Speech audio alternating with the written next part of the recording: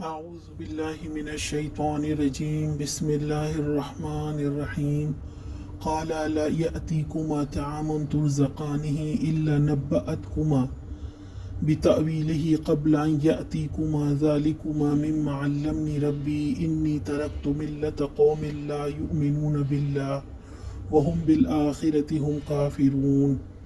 یوسف علیہ السلام نے کہا، یہاں جو کھانا تمہیں ملا کرتا ہے اس کے آنے سے پہلے میں تمہیں ان خوابوں کی تعبیر بتا دوں گا۔ یہ علم ان علوم میں سے ہے جو میرے رب نے مجھے عطا کیے ہیں۔ واقعہ یہ ہے کہ میں نے ان لوگوں کا طریقہ چھوڑ کر جو اللہ پر ایمان نہیں لاتے اور آخرت کا انکار کرتے ہیں۔ یوسف علیہ السلام نے ان دونوں سے کہا، جو کھانا تم کھلائے جاتے ہو اس کے آنے سے پہلے بتاؤں گا۔ پہلے کچھ بات چیت کرتے ہیں۔ دراصل ان کو توحید کا پیغام دینا چاہتے تھے۔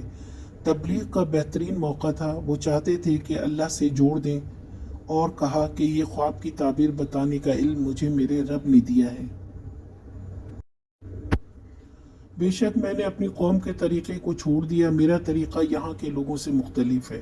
وہ عقیدے کی طرف متوجہ کر رہے تھے، اور یہ پہلا موقع تھا تبلیغ کا جب آپ نے اپنے دین اور اپنے آبا کا ذکر کیا، ورنہ اس سے پہلے وہ جب تک عزیز مصر کے گھر رہے انہوں نے اس کا ذکر نہیں کیا۔ یہ اللہ تعالیٰ کی حکمت ہے کہ وہ کب کہاں کس سے کیا کام لینا چاہتا ہے۔ یوسف علیہ السلام تعبیر بتانے سے پہلے دونوں قیدیوں کو کس کا تعارف پیش کر رہے تھے؟